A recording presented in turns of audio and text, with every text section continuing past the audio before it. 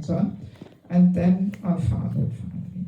So I spent 4 years in the ladies' ashram in Sydney. That's why my accent is a little mixed. There's a little bit of Aussie accent in it, a little bit, and some little German there too.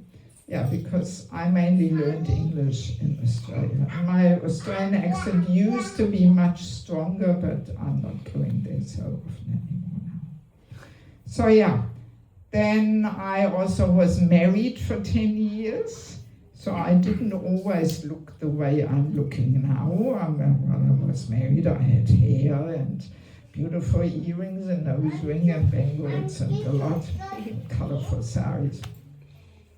So and in these 10 years of married life, we started the temple in Riga, in Latvia, in '89.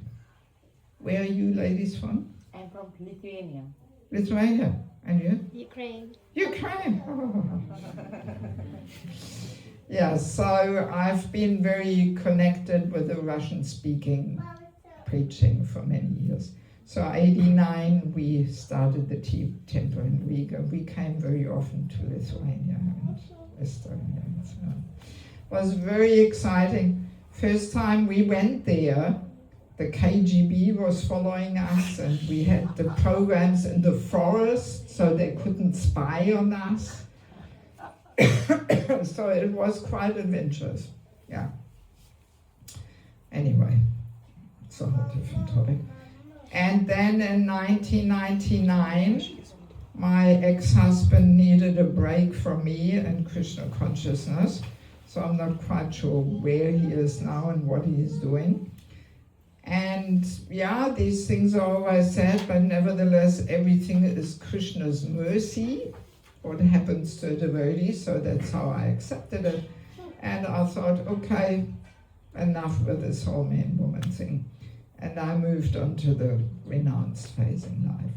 So since 1999, I'm basically living out of a suitcase. And I spend 5 months per year preaching in India and Bangladesh. Anybody here from Bangladesh? No, I heard about. You heard about it. My mother lived there 1 year. Yeah, so I've been very involved there.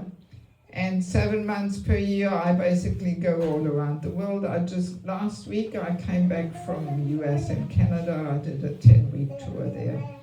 And I was very involved in Ukraine for many years, many years. Yeah, so Ukraine is very close to my heart.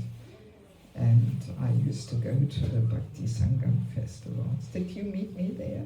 No. Yes, in Kharkov. Kharkov was my main place where I was very involved. Yeah.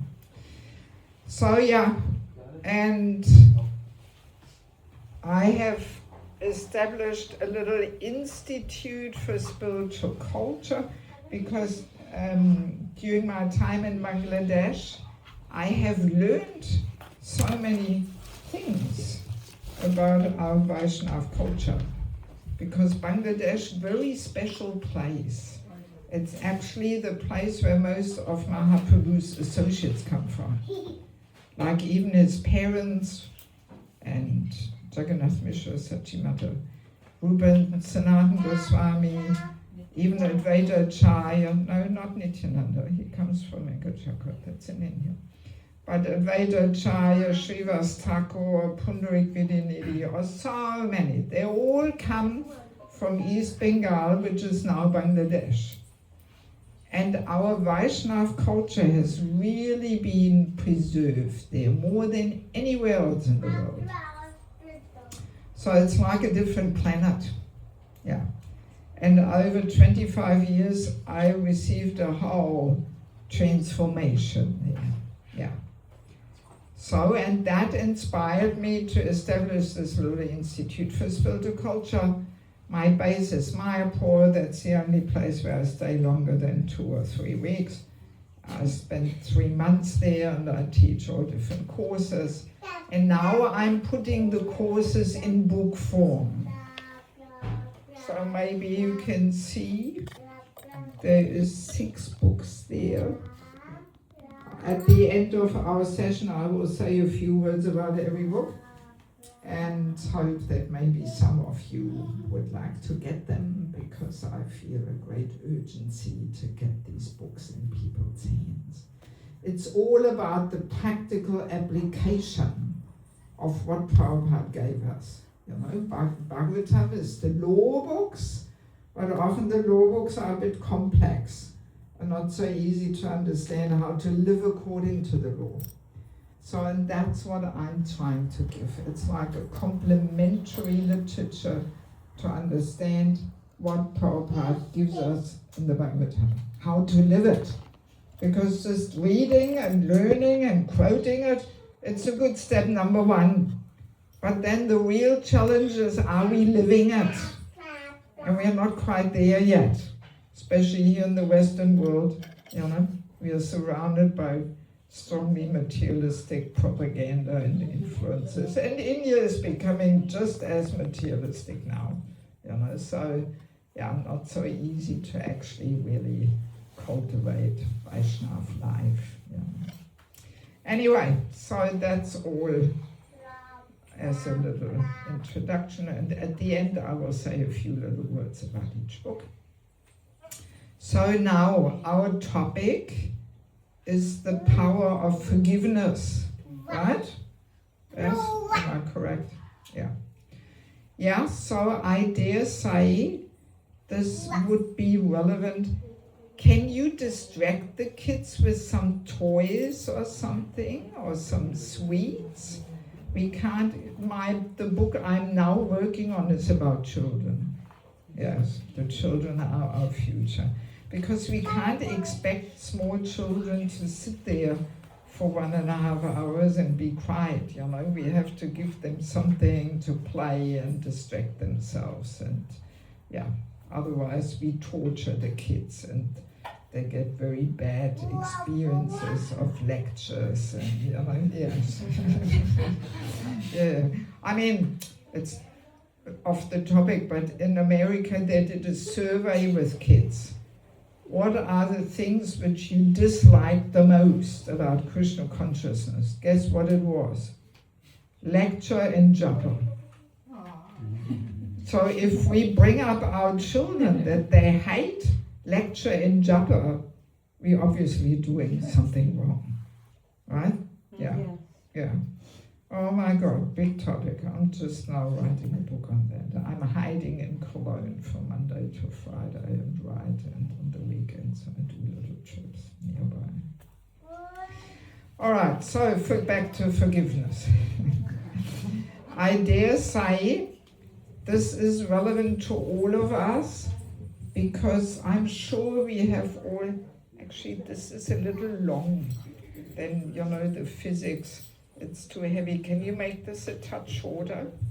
I think up there. Yeah, back, that is better. Yeah. So I'm sure we have all been in this situation where somebody gave us some pain, some hurtful situation, and we get offended, and sometimes it is so difficult to let go of these grudges, right? And sometimes we keep these grudges for 20 years or more in our heart, you know? Remembering what this person did, what this person said. The other person may have long forgotten and moved on, right? But we are hanging on to it. And sometimes so difficult to let go and forgive. Right? Do we know this feeling? Yes. I think we all do. Sometimes people had some childhood traumas or something, and so difficult to let go of these things. And by the way, if we don't let go of these things, we have to come back and work through them. Yeah. They bind us, you know, because the subtle body of mind, intelligence, false ego have to be fully spiritualized and transformed. And these grudges, they are material aspects in the mind and false ego, as we will discover today. Yeah, so, and then the subtle body is not fully transformed, forces us to take another birth. Yeah.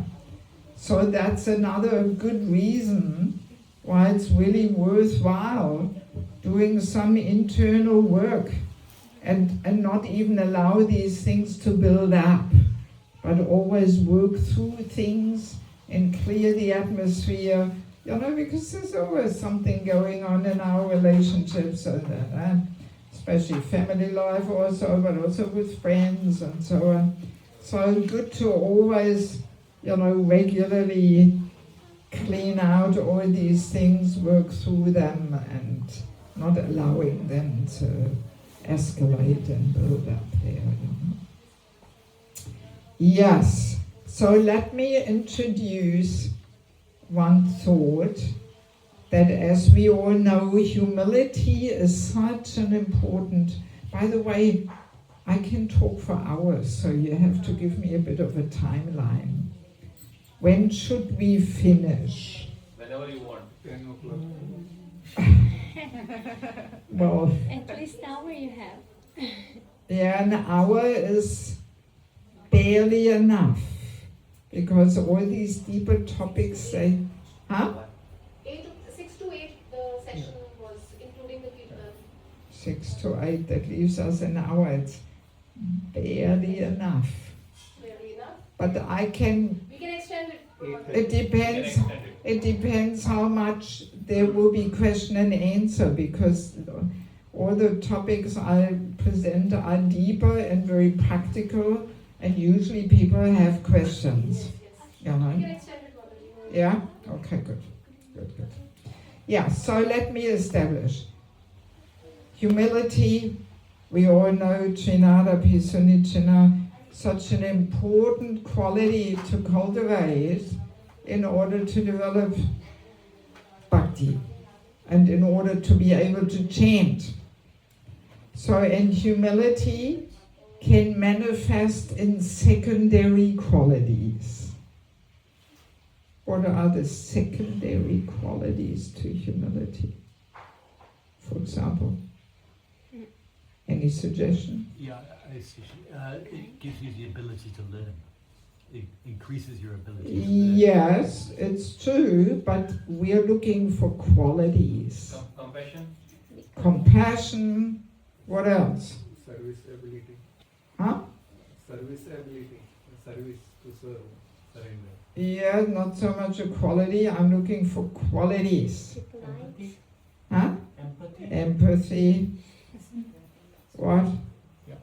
What else? Tolerance. Tolerance, yeah, that's one of the main ones. Yes, tolerance. What else? Patience. Patience. Dedication.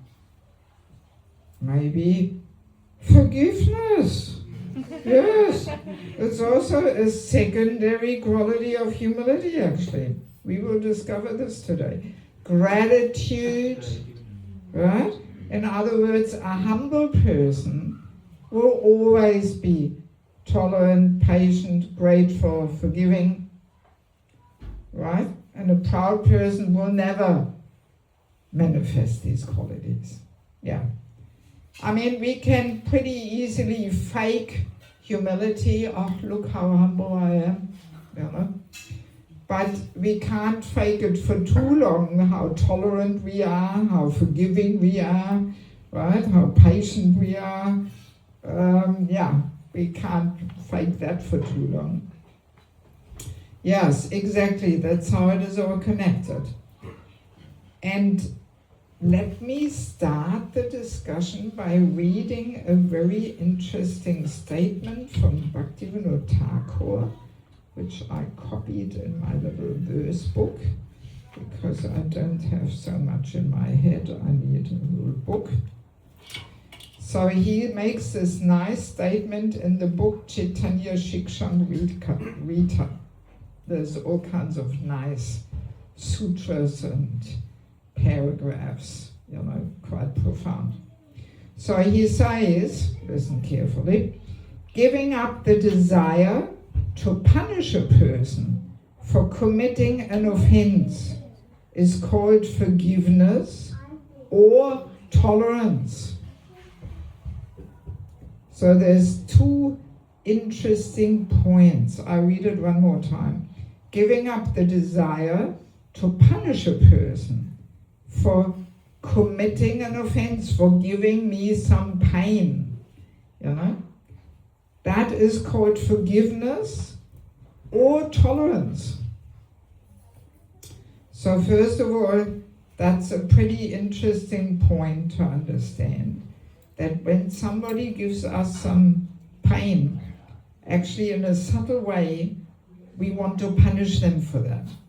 We want to retaliate and get back at them. Even though it may never externally manifest, you know, we may not do anything, but we hang on to this desire to punish them. And we may try and punish them by not talking to them anymore, right? Voicing our disapproval in such a way that, okay, you gave me some pain, I'm not going to talk to you anymore.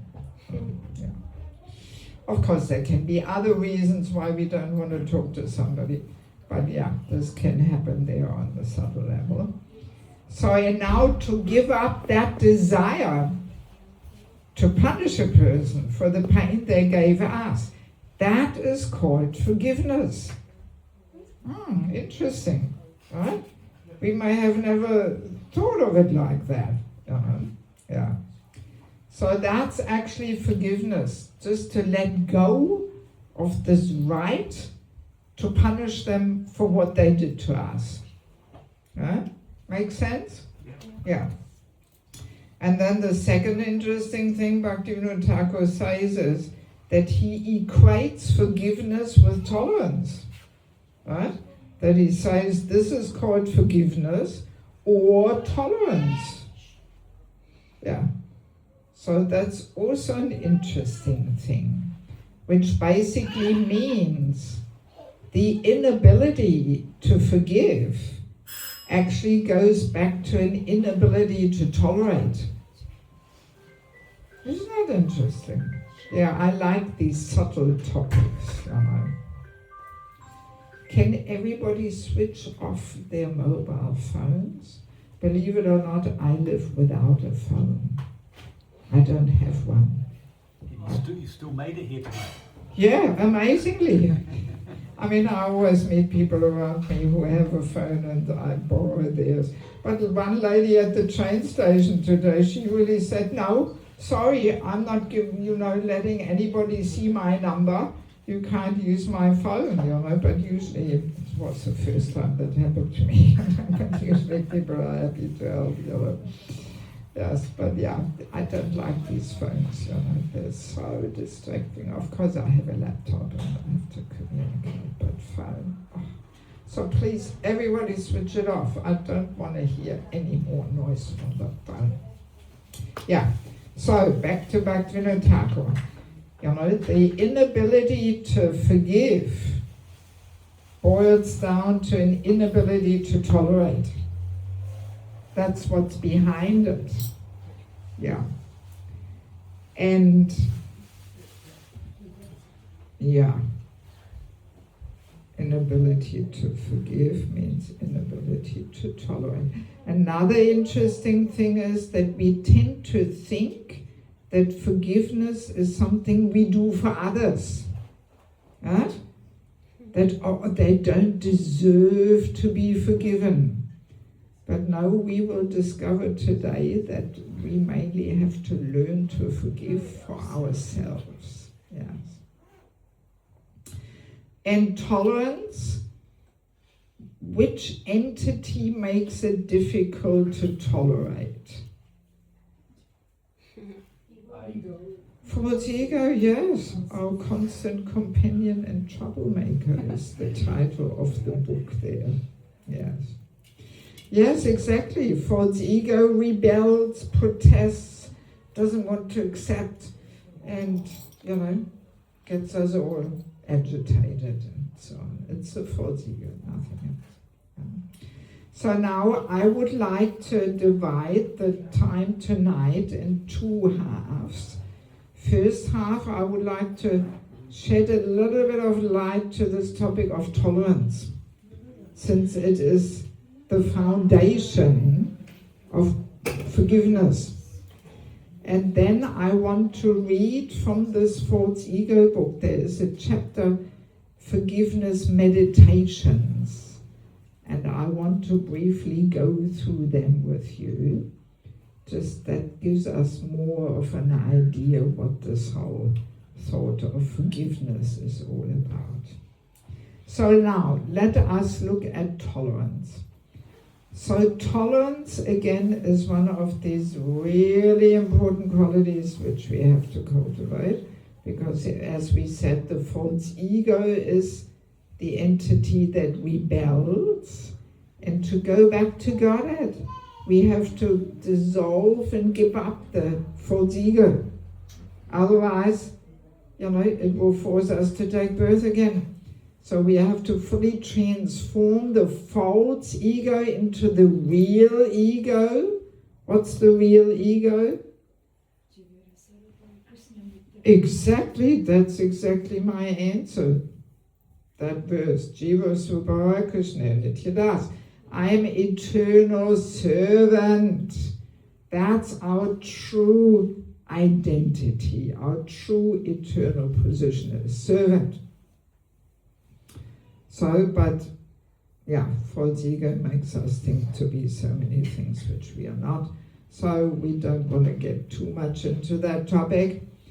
But so if a person has cultivated tolerance, it means false ego is already a little subdued and dissolved. It means he's made already, or she's made already some advancement, right? So that's why tolerance, we can say, is like a criteria to measure a person's spiritual strength and advancement, and how tolerant a person can be. Famous example, Haridas Thakur, Prahlad Maharaj, they're the embodiment of tolerance. Yeah. So now in 269, and by the way, I like to work in this way that I just want to present a few things, and when we finish with the tolerance session, I will ask for questions, and then we read the forgiveness meditation. I don't like to be constantly interrupted, because then I lose my thoughts there and time goes by and we end up somewhere else and all that, So I hope you can bear with me for a while. So tolerance.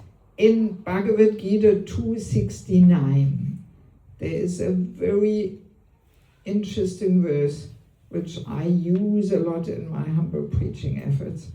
It basically, Krishna says, what is day to the common person is night to the introspective sage.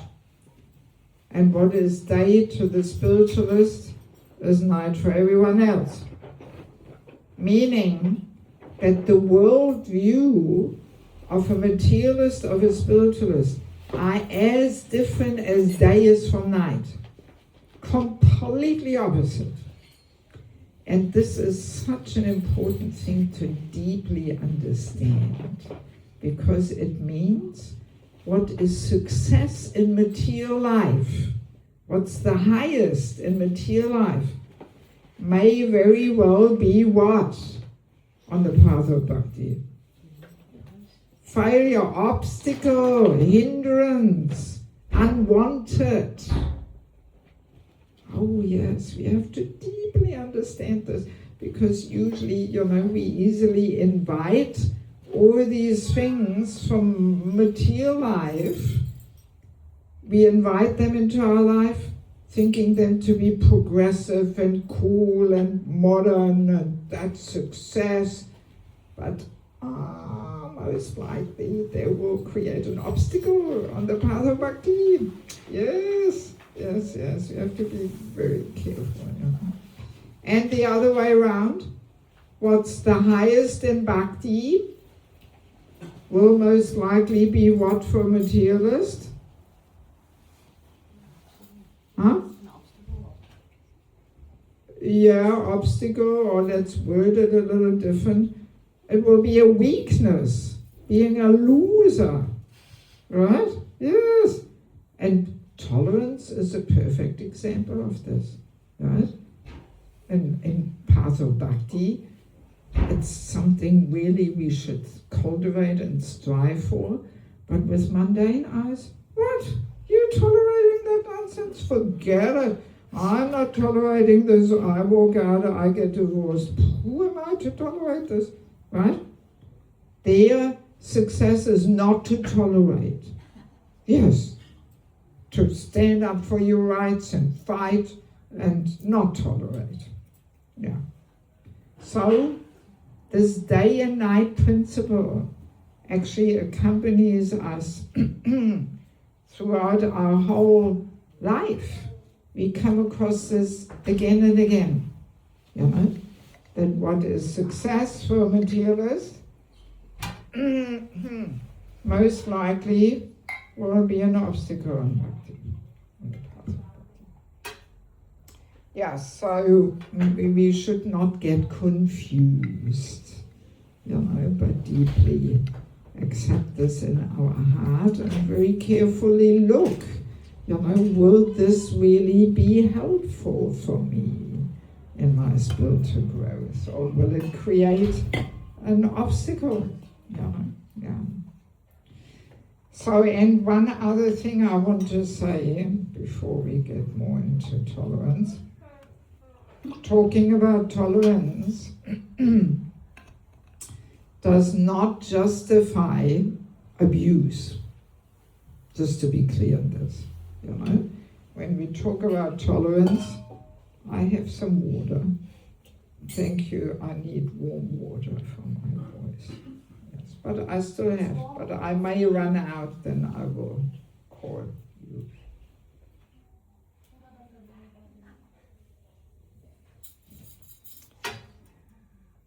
Yes, so where was I?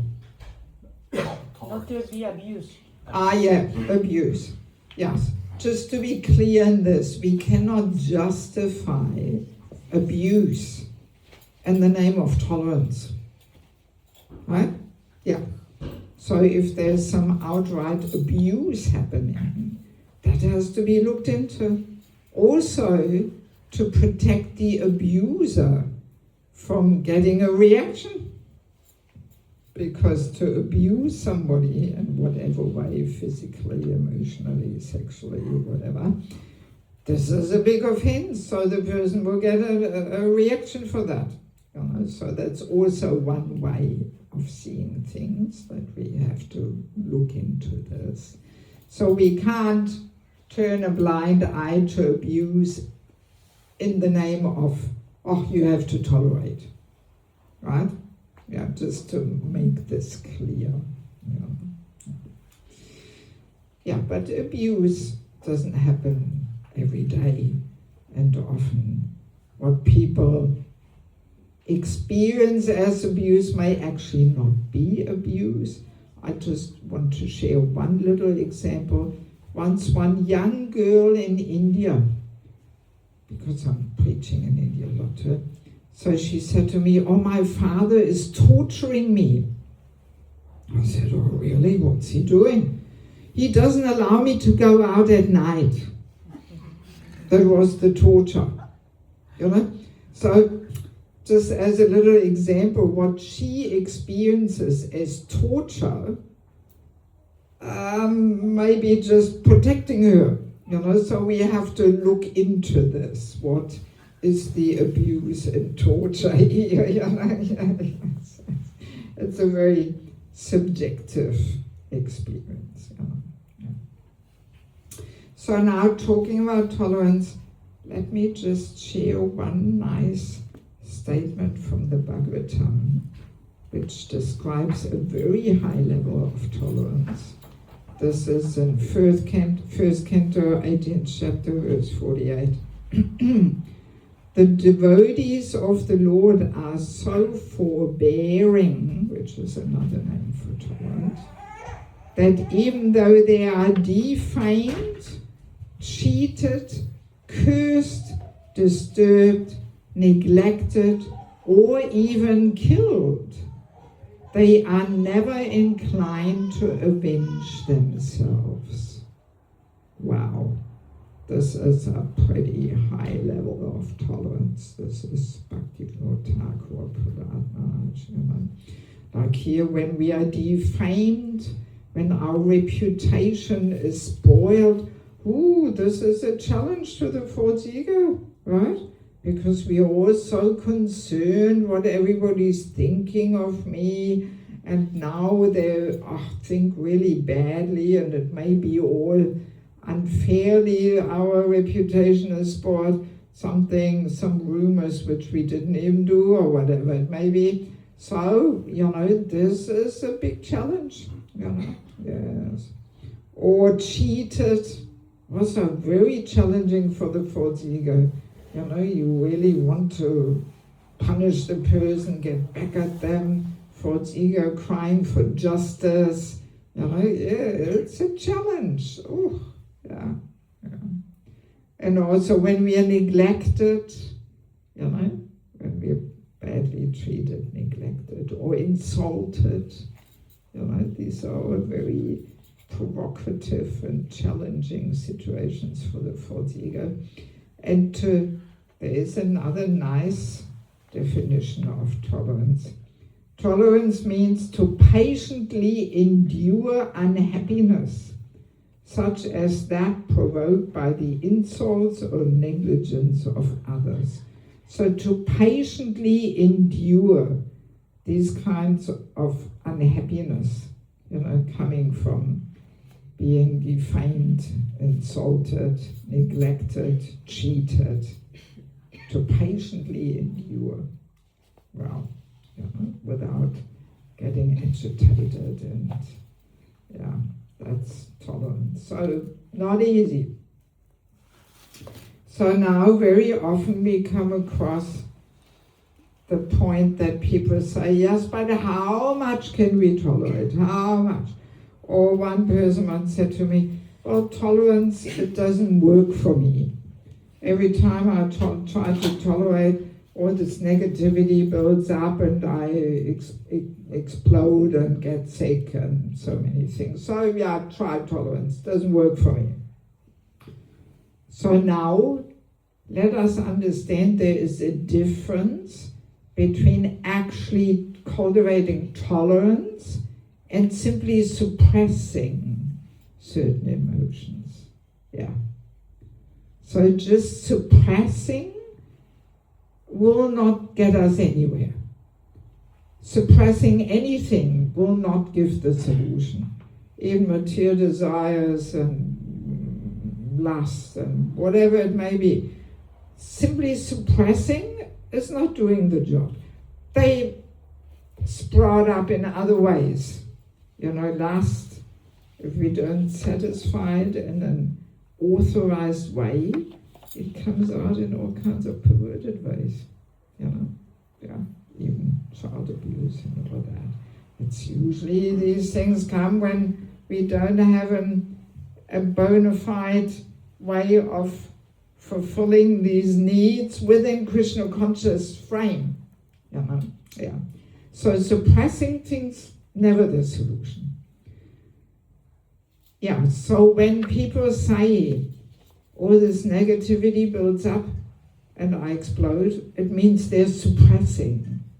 They think, okay, tolerance means I should shut up, be quiet, but inside, the fourth ego is still rebelling, complaining, and so on. It's all building up. And they shouldn't have done this to you, and look at this, and how could they treat you like this, and so on. The fourth ego is whispering all this stuff in our ear.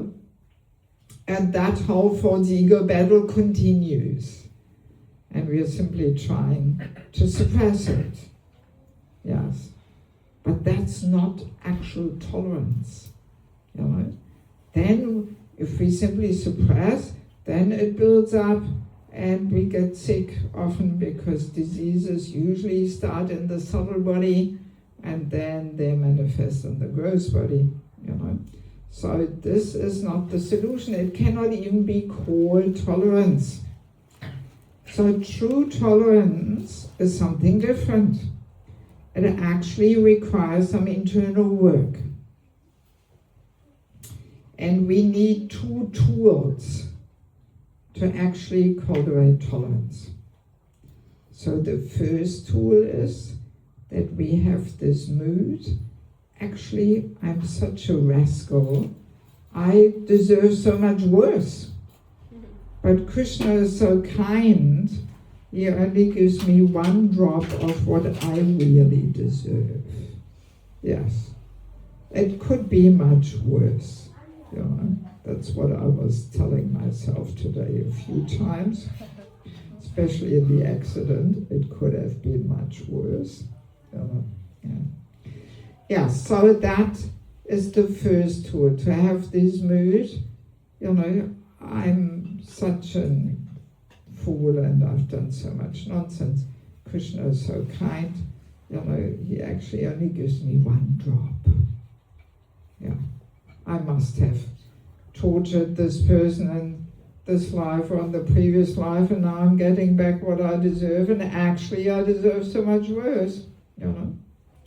So my question to you, what quality do we have to have that approach? Gratitude. Huh?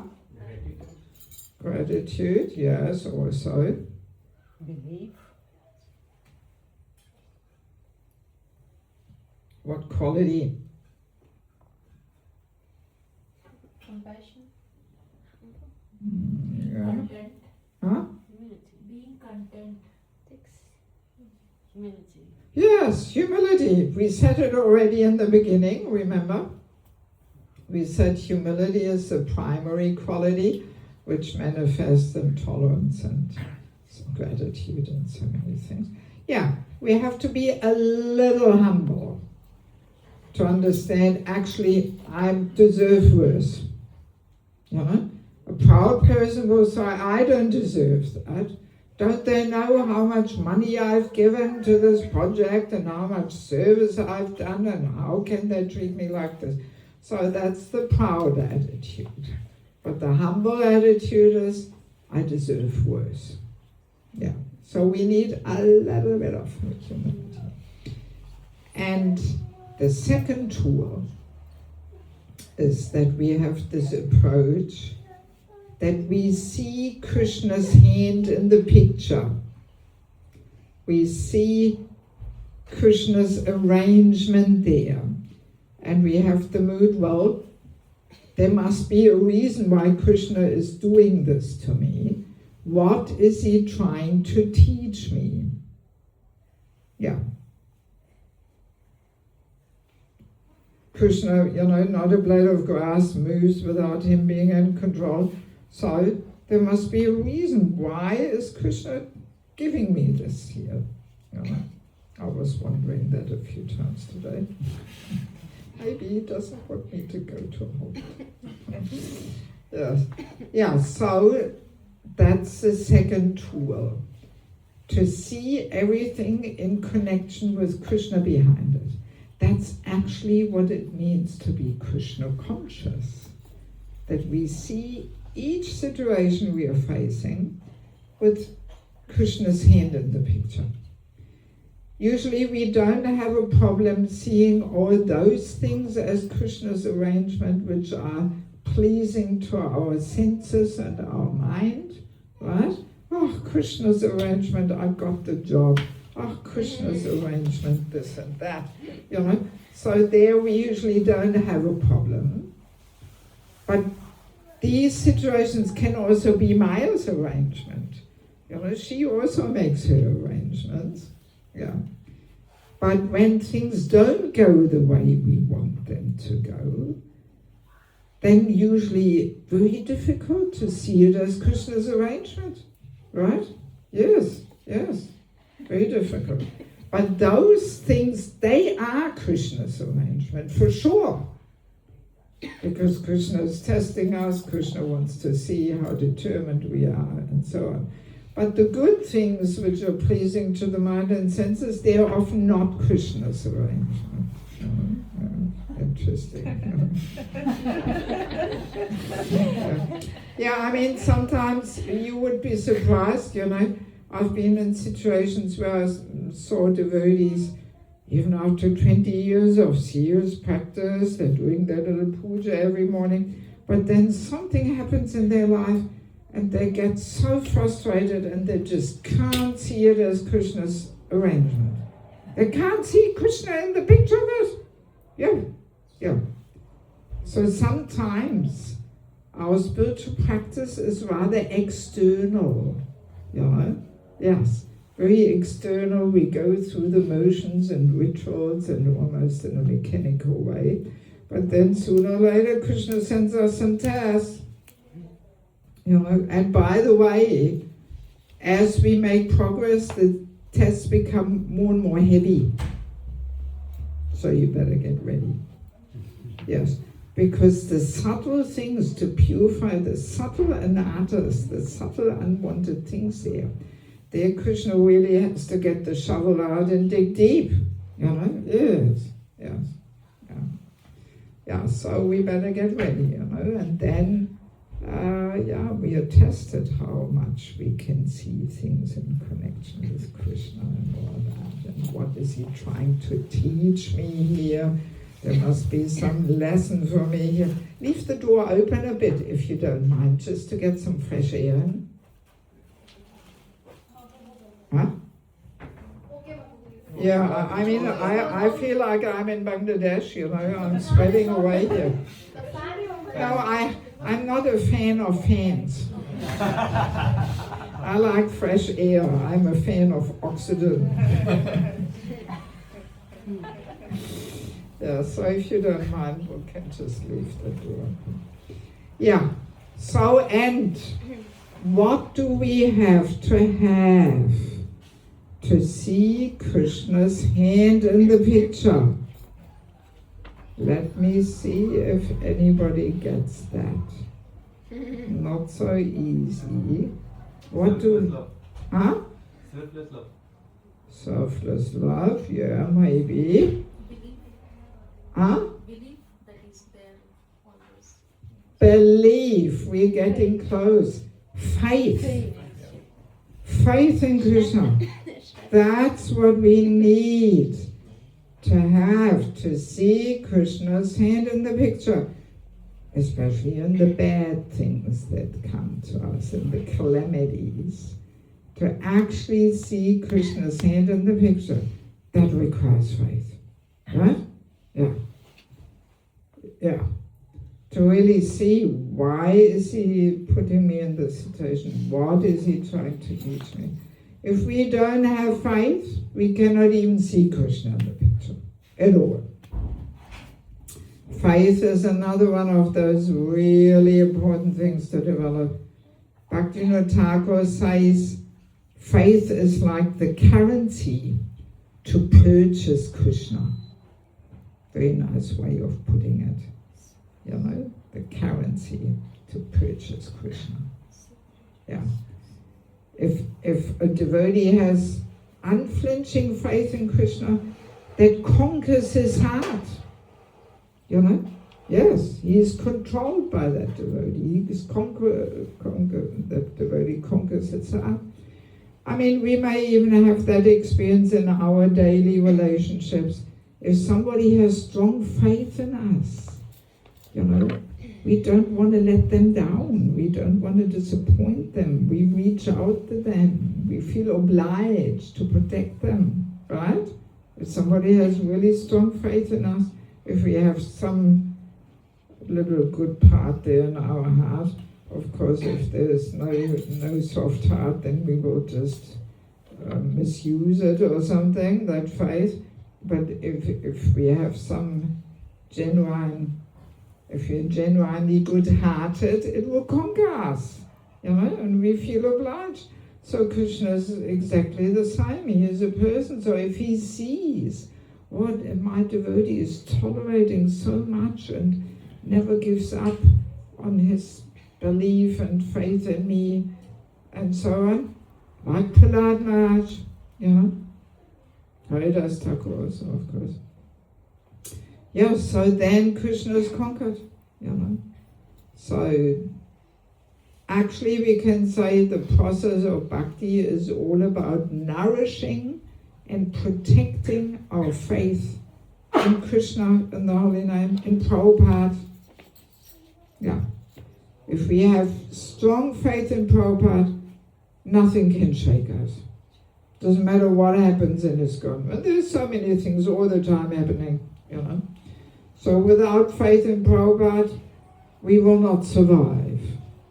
Actually, I didn't share this, but I am with the third Diksha Guru.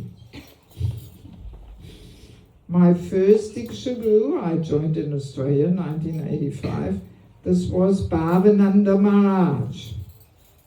Meanwhile, he had to give up his Guru Sannyas GBC position. He is not sannyasi anymore. He is around. I see him every year in Mayapur. So then I took reinitiation of Prabhu Vishnu, former Swami, now Prabhu. Also had to give up his sannyas and Guru and GBC position. Also still around. I see him every year in India. He's still preaching, but not as Guru and sannyasi anymore. They both had difficulties. So then I took one more time, reinitiation of His Holiness Niranjana Swami. But all these three personalities actually were the perfect person at that time. You know? So my whole life would have gone very differently if I had not taken shelter of these persons. But yeah, many of those who were around with me in those days, they did not stay. They did not survive because they didn't have much faith in Prabhupada.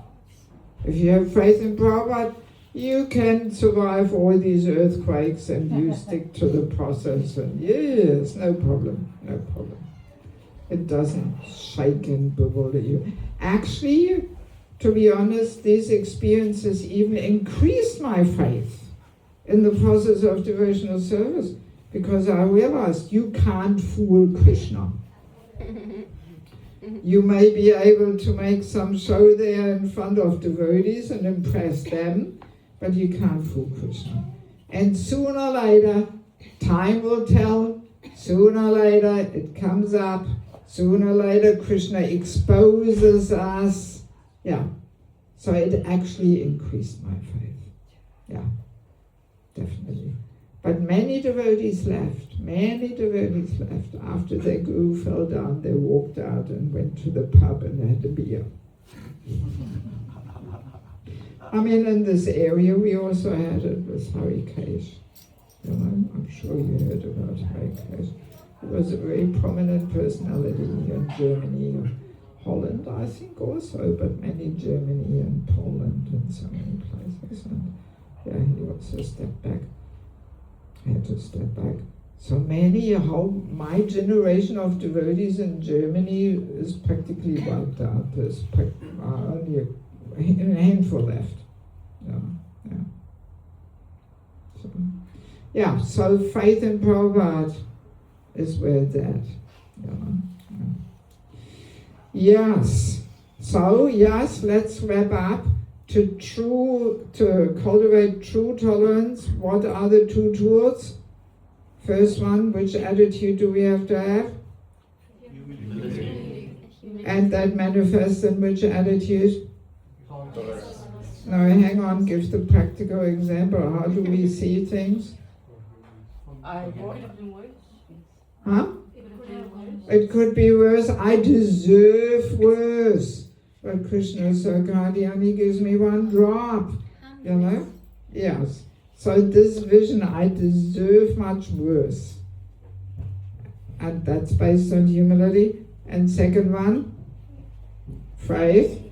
And that manifests in from Krishna. what is Krishna trying to teach me? He must have some reason why he's putting me in this situation. Nothing happens by chance. Seeing things with Krishna in the play, you know. Yeah. So these two tools, when we cultivate these two moods, that will quieten down the false ego's demands. It may take a little bit of time, you know. It's not from one day to the other. But if we meditate on this, we can feel we become less agitated, and the false ego is not rebelling and protesting and demanding justice and all that. You know? Yeah, so it's quite practical. And to really cultivate this, we need some help. We need, in India we say counselor, in the Western world we say mentor or coach.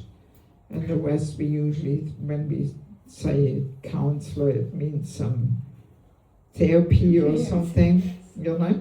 But in India they use usually counselor, and Russian language, nastavnik. You also Russian speaking? Oh, I'm Bulgarian. Bulgarian, I go there too. Yeah. Sofia. Yeah, Sofia. Yeah. Listen to your lectures. Okay. It's a lot of nice words. Yeah, so we need this well-wishing friend who is more experienced than we are, and who we want to be corrected by, and who helps us to balance our life. You know, we need this person who says, hey, just think, why is Krishna putting you in this situation? What is he trying to teach you? Why don't you look in your heart? There must be some reason why this is happening to you now, and so on. Yes, so without such a person, we very easily take shelter of our false ego and we get all offended. It happens all the time that there's some misunderstanding, some conflict, and people get offended. I'm not going to go there anymore, forget it, I'm leaving, they can do it all without me. I practice at home by myself, but how long can we practice at home by ourselves? We need the association of devotees, you know. We lose a lot of devotees because of this, that we have not understood the importance of having a mentor, a coach, a counselor, you know.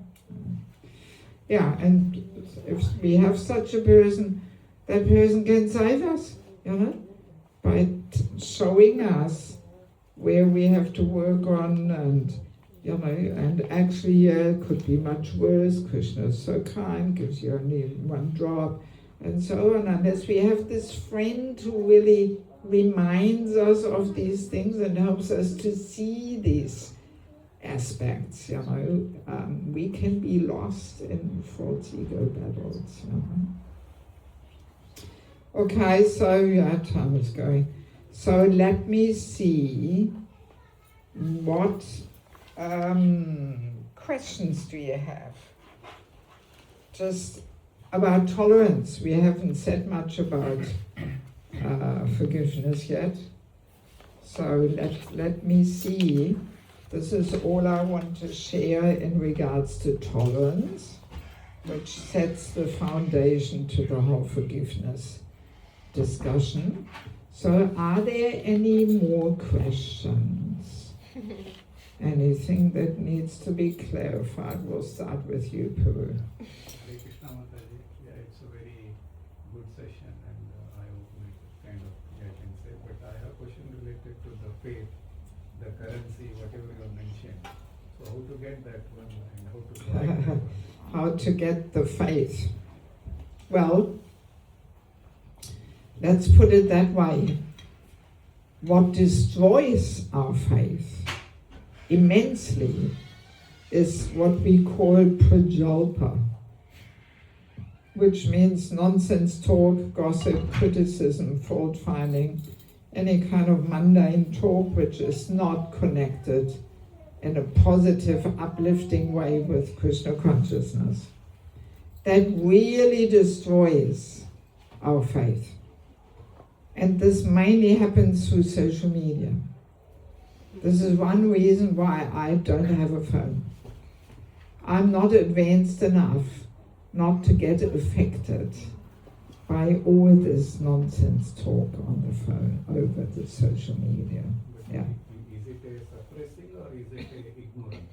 means What? negligence of you have the social media, so that one, so you are suppressing that one. Just No, I'm not suppressing. I Or you are just stay. ignoring. I carefully choose what kind of association I invite in my life. I'm not suppressing anything. Yeah, just trying to understand. Yeah, yeah. that there also, whether Yeah. it's See, we- isolation, negligence, or suppression. No. See, we have to carefully choose what kind of association we want. You know? Yes. And there's destructive elements, you know, and there's uplifting association. And through social media, there's a lot of negativity. You know. Of course, I fully realize there's also some good things. By the way, here, I do have a Facebook page of my institute, but I'm hiding behind the institute. And of course, many people know it's me there, and there's also a picture there. But yeah, I don't post anything there. Somebody else arranges it for me, and I'll quickly check if there's some questions. But otherwise, I am not on Facebook. No. So often people tell me, "Oh, did you hear this?" And I'm saying, "God, where did you get that from?" Facebook. You know? So I'm usually the last person who knows anything, you know. And whatever I need to know, I will hear. And I don't have to know everything, you know. And all these things are not actually connected with bhakti. At the moment of death, they have no significance whatsoever, you know. Yes, nothing. At the moment of death, the curtain closes, the show is over. All these things which we think are so important to our life, completely unimportant. The only thing that stays is my relationship with Krishna. That's eternal reality. Everything else Prabhupada calls the nonsensical stage performance. One of my favorites. It's a real good one. Prabhupada has sometimes a very unique way of combining terms. I mean, even that's a good reason why everybody should learn English, to relish Prabhupada's English, you know. But I never read Prabhupada's books in German. It sounds so weird to me, you know. Yes. And so much of Prabhupada's sweetness in the language gets lost when you translate, you know. Yeah, so we have to carefully choose our association. And a little bit we can use it for preaching and announcing things and circulating things. But yeah, we can't become a slave. And that's what's happening. People are so addicted to the phone. By the way, I do conduct every year a very nice event in Ekachakradam over Christmas. It's a holy name retreat.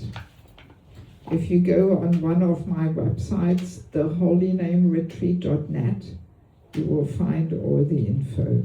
This year it will be 23rd to 27th of December. It's a good way to escape the cold Christmas madness here and just come to Mayapur. I arrange everything. All you have to do is be in time in Mayapur and register on my website. And I arrange a bus taking a whole big group to Ekachakra. I arrange accommodation, good prasadam. I've trained them to make salad and blended vegetable soup for the evening and all that. Prasadam, help supportive for good sadhana. So in this holy name retreat, I request people to switch off their mobile phone for the whole time and have that mood. Everything else can wait. Nothing is more important than the holy name. If you enter a retreat with that mood, you actually enter a different reality. It's very powerful. And you would not believe how few people can do it. Yes. I mean, I cannot even take more than 55 people because that's all the beds I have there in the ISKCON temple. So out of 55 people, maybe 5 really switch off the mobile phone for the whole time. 5 or 6, but less than 10. Yeah. People are so addicted, slave. Yeah, helpless tools in the hands of social media. Yeah. This is how Kali Yuga progresses, through social media, modern technology. It makes people dull-headed, brainless. Yeah. I'm just now writing a book about children. The children are our future, and there's a big chapter on the effects of phones and all this, you know. So yeah, it's not the blood pressure, it's not negligence, it's intelligence. I always say to the young people, to be cool is not to have a phone. Everybody has a phone. Cool is if you don't have a phone. That's cool. Yeah, that's cool. But you know, everybody has a phone. That's not cool, you know. No. Yeah, I mean, I see it on the kids. They become addicted to computer games and all this. Social media makes you addicted. You know, what's the name of this hormone? Dopamine. Dopamine. Yes. It's a known fact. Yeah, and children are more, you know, subjected to this dopamine boost. You know, we grown-ups can more easily handle than children. Children become helplessly addicted. I've seen it, you know. But grown-ups also, you know. So it's a whole topic, you know. So it's smart to be careful with smartphones. What other question do we have? Yes, William. It's not a question, kind of an event I want to share with everybody. So Let me maybe first see what questions there are, because it is getting late. Yes, William. Hare Krishna Mataji. So we discussed about tolerance. I have a bit more practical question. Of course, we need to develop tolerance, especially as devotees. Yeah. What, for example, if some person insults your partner, for example.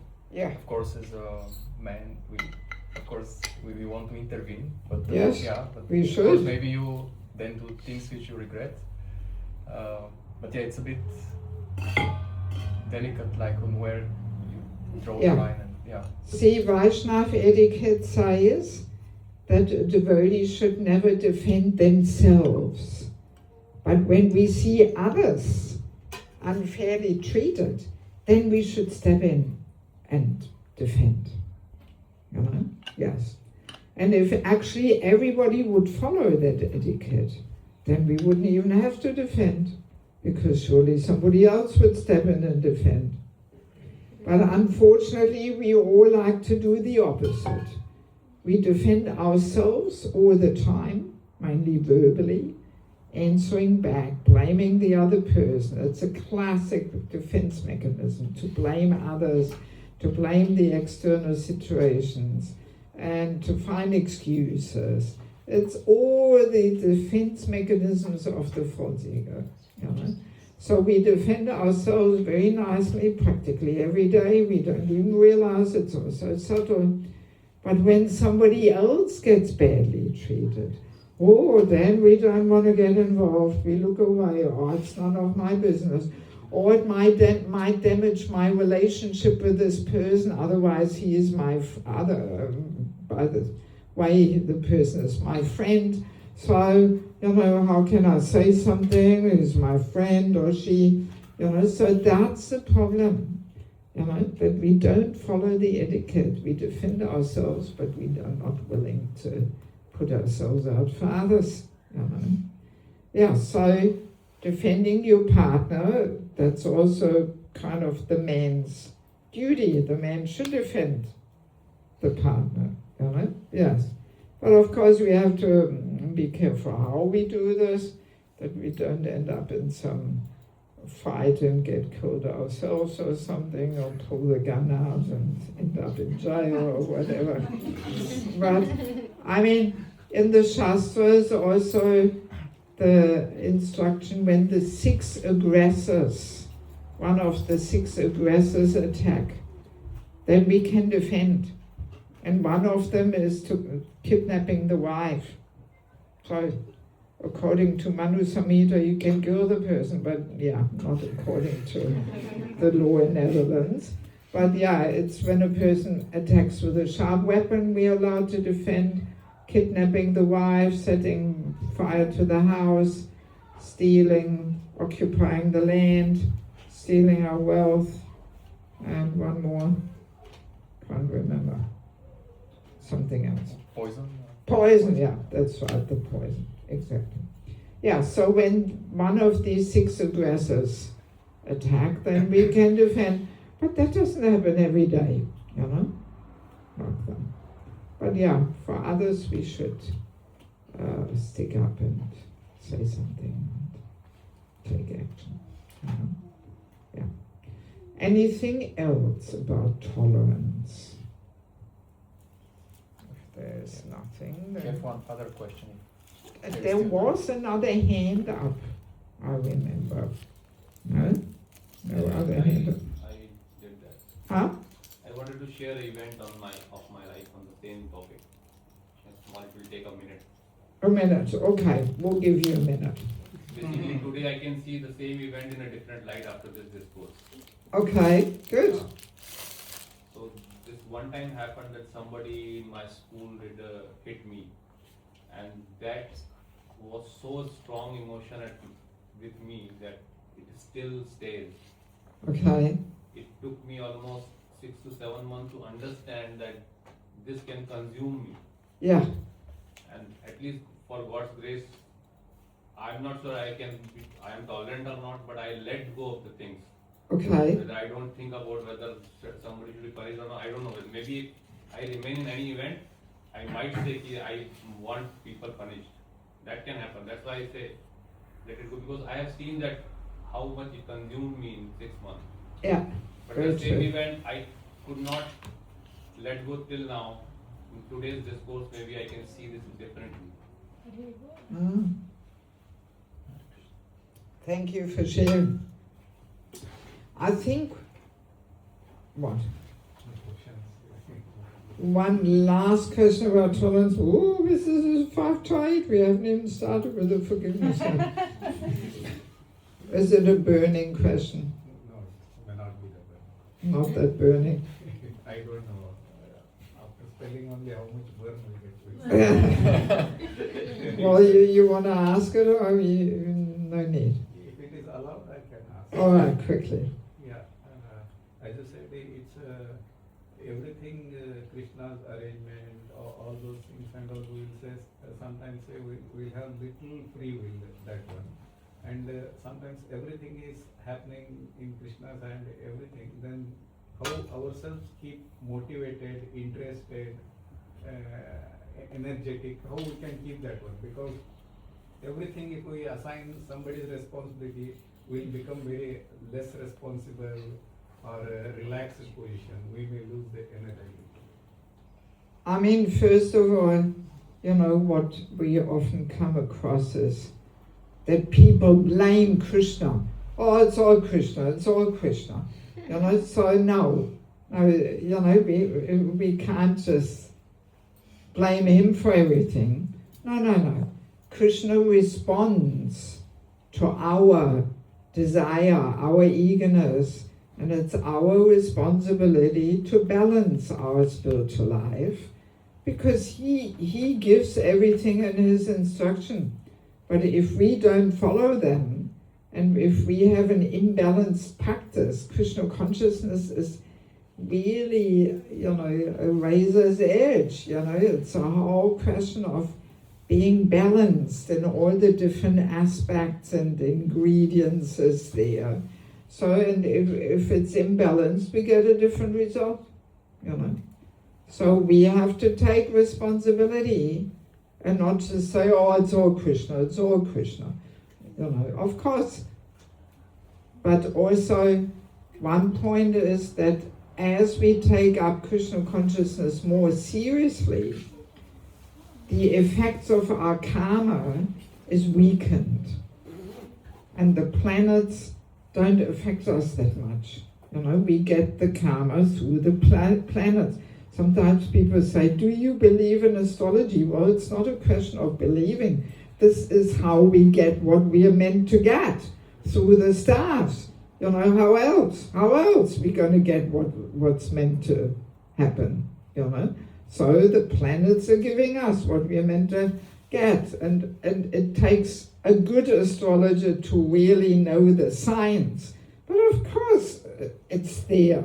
How else do we get our karma, you know? But by surrendering to Krishna, Prabhupada gives this analogy of pulling the plug out of the fan. Fan is still spinning, but it's getting slower and slower with less and less force.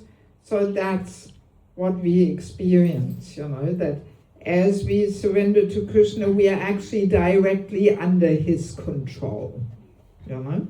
And Krishna may use our karma and modify it a little bit and weaken it and let us have some of it to teach us a lesson, you know.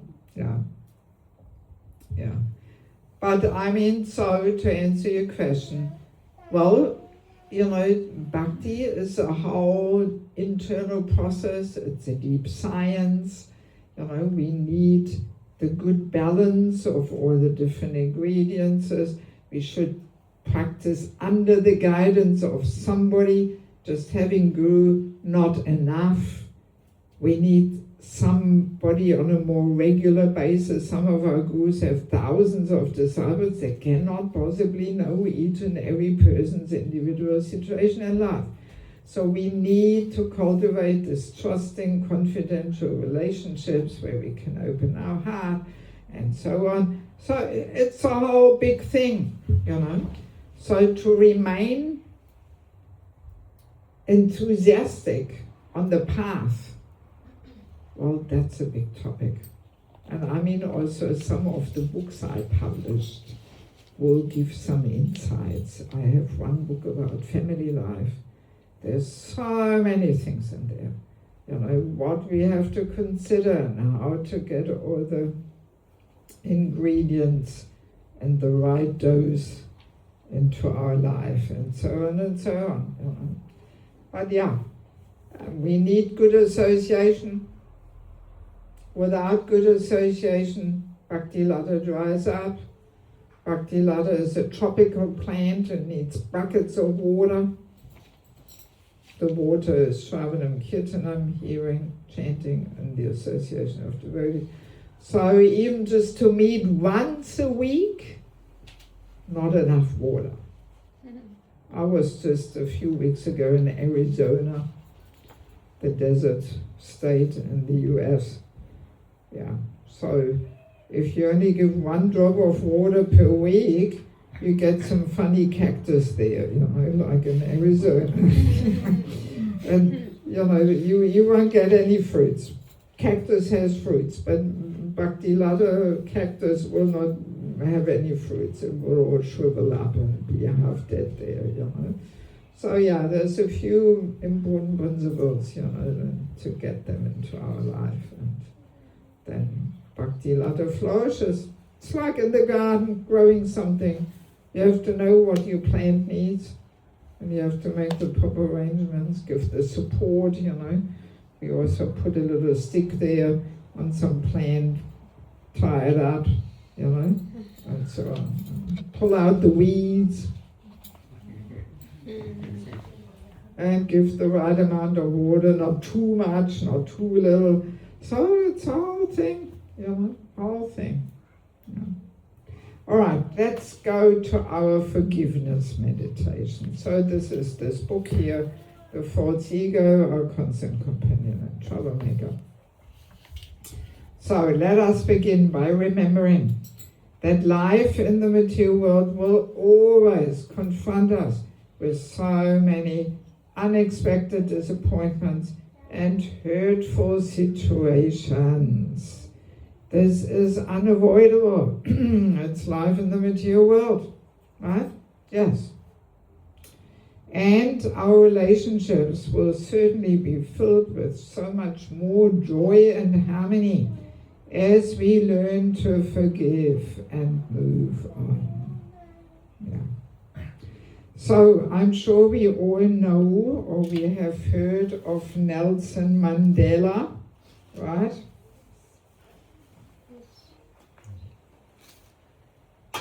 He was in jail for quite a few years, some freedom fighter there in South Africa. So he shares, as I walked out the door towards the gate that would lead to my freedom, meaning leaving the prison, I knew if I didn't leave my bitterness and hatred behind, I would still be in prison. Yes. So there's the external bigger prison, but then there's the subtle prison, which, we are imprisoned by our bitterness and hatred when we cannot let go and move on. Another thinker discovers, I never knew how strong I was until I had to forgive someone who wasn't sorry and accept an apology I never received. We can forgive others not because they deserve forgiveness, but because we deserve peace. Yes, that's what forgiveness is all about. Yeah. We usually think, they deserve. The truth is, unless we let go, unless we forgive ourselves, unless we forgive the situation and others around us, actually often to forgive ourselves, this can also be a challenge, right? We may have done a real foolish mistake, a big blunder, which ruined our whole reputation. What is everybody thinking of me now? Whenever we think that, that's the false ego. What is everybody thinking of me now?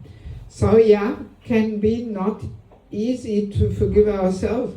But again, if we use the two tools that we say, actually it could be much worse. Krishna only gave me a little drop. After all, I'm still alive. I'm still with devotees. Not so bad. And the second tool, what is Krishna trying to teach me? Maybe he wanted to smash my pride a bit and make me understand I'm not such a pure devotee as I always thought I would be, and so on. So these two tools can help us to forgive ourselves too, right? Yeah.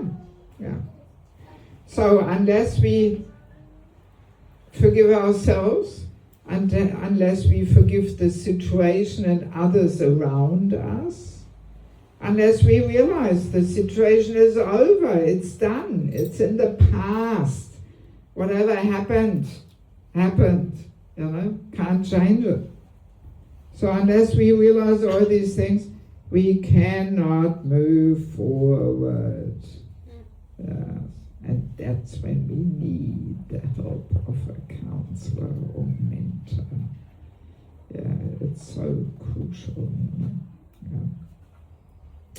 Forgiveness is not only something we do for other people, we also do it for ourselves to get well and move on.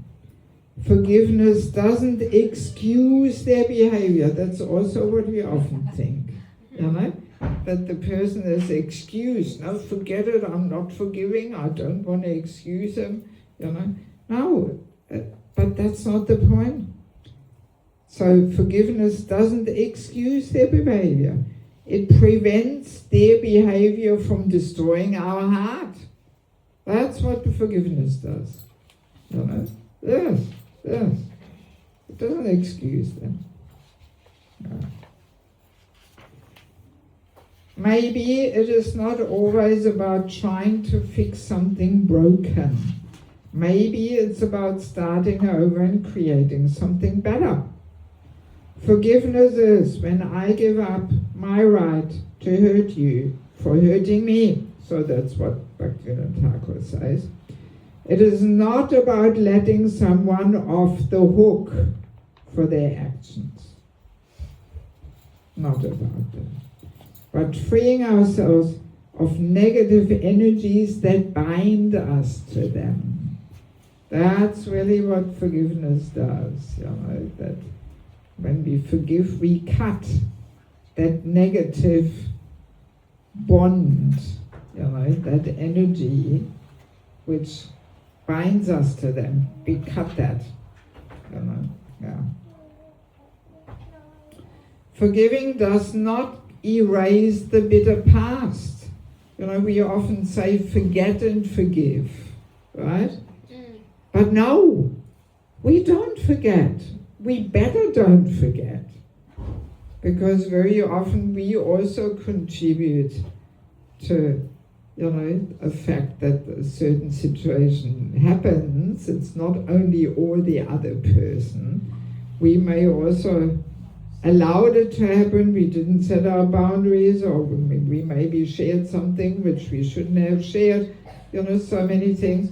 So we better don't forget, otherwise we repeat the same mistake too, So we don't forget, but we remember with a different quality. We change the feeling when we remember that. We remember it without bitterness and pain. When we look back at something, maybe we can even smile or laugh about it.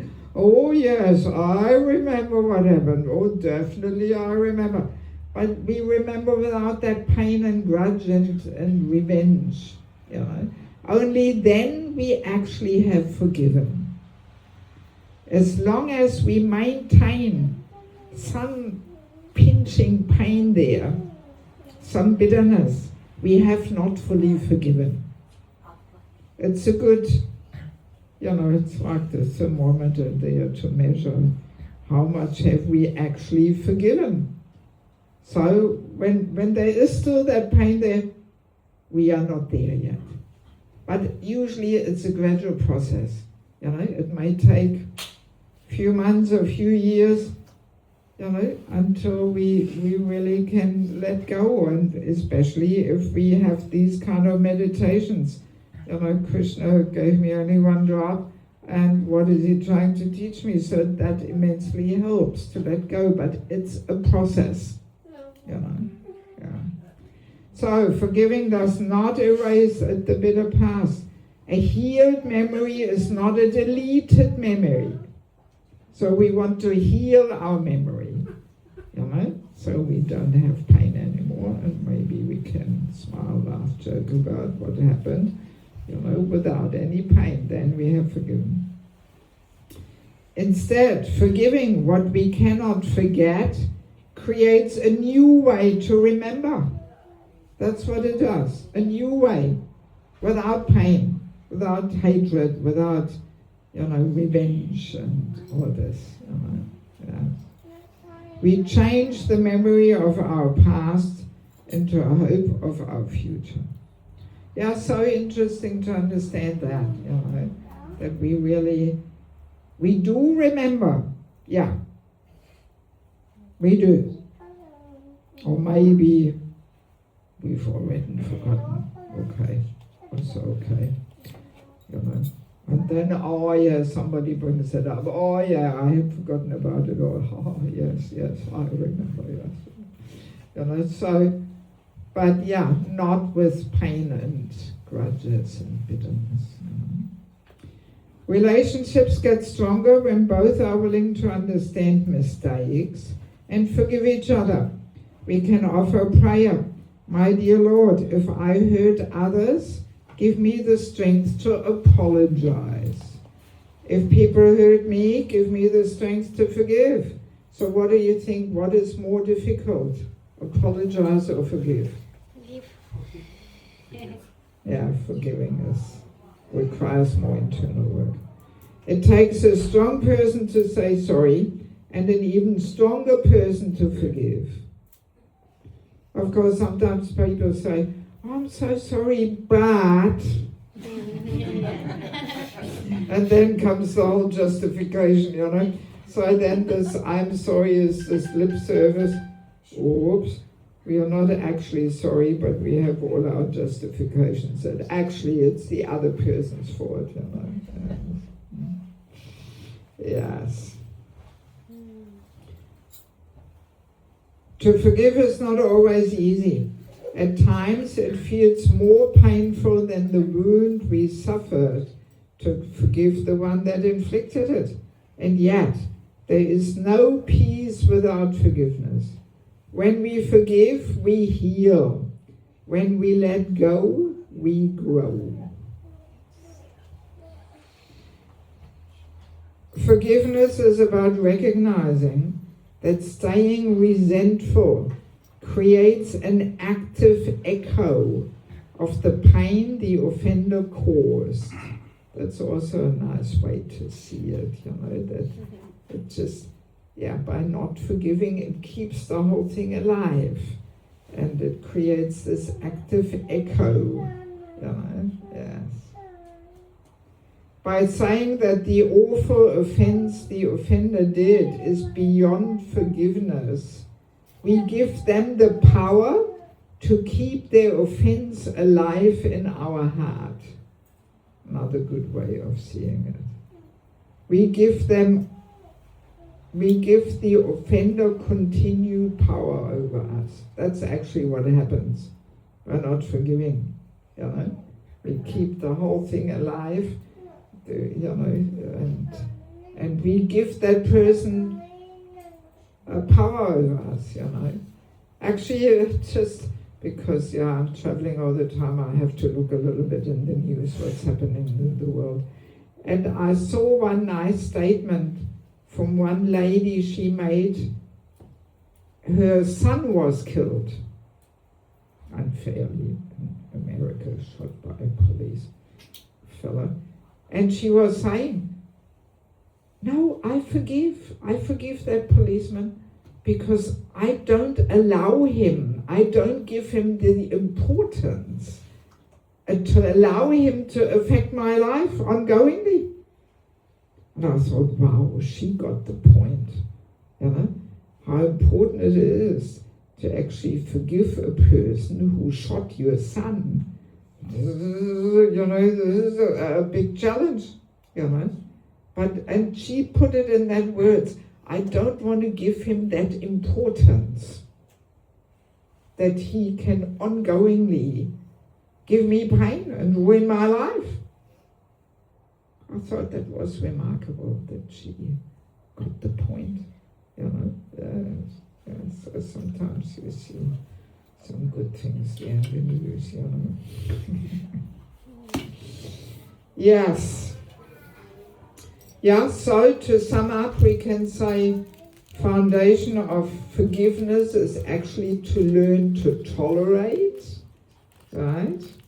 Yes.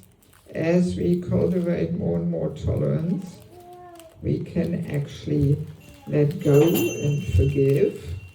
And it is something we have to learn to do for ourselves, not so much for the others. Otherwise, we just give that person the right to, you know, ongoingly affect us. And the two tools to cultivate tolerance are what? I deserve. Humility, which manifests in which attitude? I deserve her. I deserve worse. Krishna only gives me one drop. And what's the second tool? Faith in Krishna, which manifests in Krishna, seeing Krishna's hand in the picture. Yes, always wondering, why is he doing this? What is he trying to teach me? There must be some reason for this, that this is happening in my life, looking within the heart, and so on.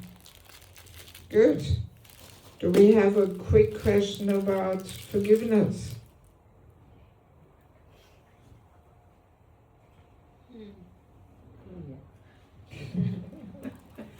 I hope I didn't overload you with all kinds of... Yes? Hare Krishna Mataji, thank you for addressing this very important question around the story in Bhagavatam. There are several. So it starts with when Rishi Samik forgives King Parikshit for the event that happens. But later on, there are many stories. For example, the story of Dhruva. He was saved by the Lord Vishnu himself, but then he heard of the death of his younger brother Uttama and went on to kill Yakshas. So when I think of these stories, I see myself as a very, very negligible entity, and I feel that the people who were in the presence of God himself, who had seen the God, were not able to kind of forgive. Maybe then when I practice forgiveness, I feel that will I ever get there? Yeah, I mean, see these stories in the Bhagavatam we often can't so easily apply to ourselves, definitely. Often they take place for the sake of, giving certain instructions and leelas and so many things. But, yeah, I mean, I hope after this session it becomes a little more clear where we have to work on, what kind of tools we have to use, that we need this well-wishing friend, a counselor, a mentor who coaches us. I mean, even in material life, people know, that if we want to have success, we need a coach who is more successful than we are and who coaches us to success. So same thing is there in Bhakti also, yeah. So, no, I mean, see, things are pretty practical. If we actually cultivate these things, then we will see that we actually can transform our patterns of behaviors. And let me maybe quickly share the ultimate approach to uproot these things, because as we said, forgiveness is based on tolerance. Tolerance is very much connected with the false ego. So who is the expert in connection with false ego? Who knows? Krishna knows, but a certain form of Krishna who is the expert. The expert heart surgeon. Come on, now you must know. Krishna. The expert heart surgeon. Who is the expert heart surgeon? Nrsimhadev. Yes. Yeah. So he is the one we have to beg. Yeah. Even envy, it all goes back to false ego. False ego I can see as personification of Hiranyakashipu. Right? Envy, false ego, that's Hiranyakashipu. So, and we've been carrying along with us the false ego for so many lifetimes. It's so deep, so subtle. We, from our own strength, we actually can't free us. No, we can't. We have to invite Lord Nrsimhadev. He actually prepares our heart so that one day we can approach Radha and Krishna. It's Lord Nrsimhadev. That's why at Darshan Adi in Mayapur, who has been to Mayapur? Ooh, not very many of you. You haven't been to Mayapur? Really? You haven't been to Mayapur? Really? My goodness. You have to come. Ekachakra. Yes. We will come for your program, the I would be so happy if you would come. Would be a great honor for me. So when you're in Mayapur, Darshan Adi, 7 o'clock, we first greet Lord Nrsimhadev. Then we go over to Panchatattva, get their mercy. And only then we go back to Radha Madhav. Yeah, but there's a reason for this. It's not just because it's more convenient or something. But no, even in Bangalore there's a nice temple, the Nrsimha Giridhari temple. Anybody here from Bangalore? Oh, so many. Yeah, so I often go to Bangalore, Sheshadipuram and Nrsimha Giridhari and ICC temple. They're the three I visit there. So when you go to Nrsimha Giridhari temple, you walk in and you first take darshan of Lord Nrsimhadev. And then you go upstairs. And that's where is Radha Krishna, you know. Yeah. So first downstairs, Lord Nrsimhadev. And then if we survive the heart surgery, then we can go upstairs. Yeah. So when we change japa, we should pray to Lord Nrsimhadev. It's a good way to start. That we first go to Lord Nrsimhadev and we have a bit of a talk to him. And we beg him to enter our heart and pull out these Hiranyakashipus there. We've got a few of them there, you know.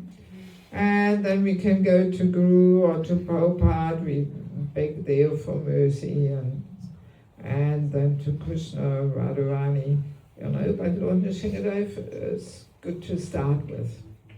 So that's the ultimate solution. Yeah. And he responds. Yeah, he does. And you better watch out, because my experience is, you know, that when I pray for him to get rid of my Hiranyakashipus, he usually puts me in a really challenging situation, you know, where I really, you know, I have to really become tolerant, you know, yes. Yeah, but how else is he going to pull it out, you know? By giving us some situation which is a challenge. And then we have to remember, okay, thank you, Lord Nrsimhadev, yes, okay, let me tolerate and, you know, deal with it and not get irritated and explode and all this. Yeah, and sometimes, you know, the situations can get pretty crazy. You know, so yeah, we have to be careful what we pray for, you know, Lord Nrsimhadev fulfills it, you know, and sometimes in very unexpected ways. Yeah. All right, so let me take the last few minutes to say something about these books. As I mentioned, each book is a 15-hour course, which I give in Mayapur. And I'm trying to give this complementary literature to understand more what Prabhupada actually says, mainly in the Bhagavatam. So it's completely based on the Prabhupada's book. Because sometimes people say, oh, I haven't finished the Bhagavatam yet, I have to read this first. No need. You will find so much reference from Bhagavatam, how to apply it. So you can read it parallel. You can read half an hour Bhagavatam, half an hour in one of these books, you know. And it complements each other very nicely, you know. So it's spiritual culture, Krishna's divine system. This book is actually all about women. In the Bhagavatam, there's a lot of strong statements about women, my God, you know, and I'm trying to give a balanced understanding what Prabhupada says. And whatever I've learned actually in Bangladesh. I share a lot of stories from Bangladesh in this book. So the whole book is about women. We women have a very powerful Shakti. We can bring the very best out of a man and help him to his highest level of performance, spiritually or materially, or we can ruin his life and destroy him. Yeah, that's the power of a woman. Yeah, woman's energy much more powerful than man's energy. Prabhupada says it all in the Bhagavatam. It's all there, you know. Yeah. And yeah, so we have to learn how to be the power of inspiration to the man. That's what Prabhupada says in the Bhagavatam. that we women are meant to be the auspicious source of energy and inspiration to men. Yeah. And not compete with them. That's the tricky thing now, man-woman equality. By the way, the equality is on the level of the body, on the level of the soul, but not on the level of the body. It's pretty funny. I mean, there's a lot of funny things in it. Like whenever Prabhupada was asked, oh, we will try out to make man and woman equal here in America. What is your opinion? Prabhupada says, women give birth to children, men cannot. How can they be equal? That's always Prabhupada's approach, you know? Very down to earth and basic, and you cannot deny it, you know? And then Prabhupada says, can man give birth to a child? Can he? Can he? And the reporter, no, he can't. Okay, so where's this man-woman equality? You know? Anyway, I highly recommend every lady to read this book. It's very helpful for married life. It has saved. Hey, just 2 more minutes, please. No talking, Perla. So yeah, this book has saved a lot of marriages. Very helpful also for teenage girls. Very useful. Yeah. Then we have Shelter, and this book I have in Russian language. Yeah, also. Then we have Sheltering Relationships. I also have this in Russian language too. This is all about the importance of having a counselor. We mentioned it a few times. Yeah, that when you read this book, you will be convinced that without having a counselor or mentor and eventually becoming one, we actually cannot make progress. And there's a whole chapter what qualities the person has to serve as a counselor, so we know what to look for, we know what we should cultivate so we can serve as a counselor, culture of respect, culture of correcting others, so many interesting points. So then we have the false ego, our constant companion and troublemaker. I also have that in Russian, there's 3 books. Yeah, so I think we get some clue what this is all about, but of course there's so much more than what we discussed today, you know. Because false ego is so tricky, even married life can be a battlefield of false egos, who is right, who is wrong.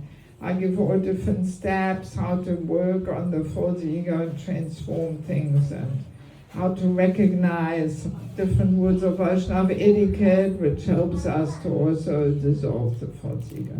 And there's also a chapter on chanting, how to chant in japa and kirtan. There's like a summary of a holy name retreat in there. But of course it doesn't replace the experience in Neka Chakra. But yeah, there's good tools how to chant, because kirtan can be the opportunity to feed and boost the false ego and show off. Yes, completely, and it's happening. You know, yeah, so there's a lot of important. Then we have entering the Grihastha Ashram. This is a handbook for matchmaking. How to see that a man and a woman are compatible for marriage. Yeah, we need a bit of help with this. We have a very high divorce rate also amongst Indian devotees now. Very often it's because of lousy matchmaking. I meet so many unhappy, mismatched couples from Indian families, where I ask them, God, why did you marry each other? You know, oh, well, the parents put us together. How much time did you spend to talk about things? Oh, we met once for 20 minutes in the temple room, and then the parents made the deal. You know?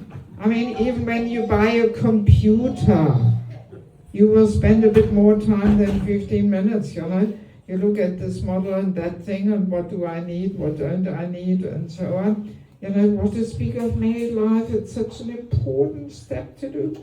So here there's a list of over 200 topics which both should talk about. Yes, yes. Yeah. To see, are we on the same plane, you know, on the same wavelength. Because Krishna consciousness, we can live in very different moods. We can be on the strict and committed side and get up early and chant and do this and that, Mangalari, of course. Or we can be on the casual and liberal side, or let's not be so fanatic. So that has to match. Yes, otherwise there will be frustration on both sides. You know, yeah. I have been serving a little bit as a matchmaker there in Europe, but please don't ask me. But yeah, I use this process and it works very nicely. So we have to fine-tune our matchmaking a little bit, you know? Yeah, because now if people, you know, see in former times, even when the arrangement was misery and suffering from day one, people would not separate. They would just say, okay, this is the Lord's arrangement, I'm going to stick with it. But now people walk out. They're not willing to stick through it. You know, yes. Yeah, so we have to fine-tune the matchmaking, because the love marriage may not be the solution. That's what we have plenty here. But still we have a high divorce rate, you know? So that's usually what happens. People find each other, fall in love, then they have the pink glasses on. That's why I made it pink, by the way, because of the pink glasses. And after 2 years they wear off, and then the reality hits, and why did I marry this person? You know? Yes, yeah. So, yeah, anyway, that's what this is all about. So it is an important book for everybody who's not married yet, and maybe there's a few people here, I'm not sure. And for those who want to help others, you know, parents, you know, of teenage girls, especially the girls, with 13, 14, this boys topic is always on their minds, you know, yes. They should read this, just to educate themselves, even if they don't get married tomorrow. But they should know how to do it and how better not to do it, because we can mess up our whole life getting together with an incompatible partner, you know, and then there's divorce and single motherhood, and oh my God, you know, it's sad, you know, we don't want to end up like this, you know. So then we have family life as an ashram, secrets of success. There are so many things. How to create the culture of bhakti in our home, what to consider, you know, there's so many things in this book. How he should treat her, how she should treat him, what is simple living, and so many things, you know. And there's a whole chapter on physical intimacy in marriage, how to live this principle of no illicit sex life. Nobody talks about it. People struggle. I had a loss how to make things work. So I did a bit of research, and I came across interesting episodes with Prabhupada, where he says things which most of us have not heard, because they're not in the Bhagavatam. Yeah. So this is a whole big topic which has to be understood with maturity. Otherwise, again, it leads to so many marriage problems. You know, yeah. So I hope this book will make our family life more Krishna conscious and at the same time emotionally healthy and balanced. Yeah. And last but not least, the Vanaprastha ashram, meeting death with joy. There's a whole chapter on death. What happens there? It's one of my favorite topics. What happens there, how to prepare, how to support others. Very important service. I've accompanied quite a few people in these last 2 or 3 weeks. My own parents, I managed to capture in my lifestyle. I was praying to Krishna, please let me capture the moment when I have to fly back. You know, and thank God I did with both my parents. I managed to understand, okay, now I have to go and park all my traveling and flights, cancel it all and move out. And and I flew back to Germany. I kept them at home. I helped them to focus, to, let go and move out. And both my parents had an amazing departure. I describe a lot in there. Very practical, what to do, what to consider. Even our own departure, we should also make a few plans, considerations. Yeah. And by the way, I've had cancer 2 times, which was one of the best experiences of my life.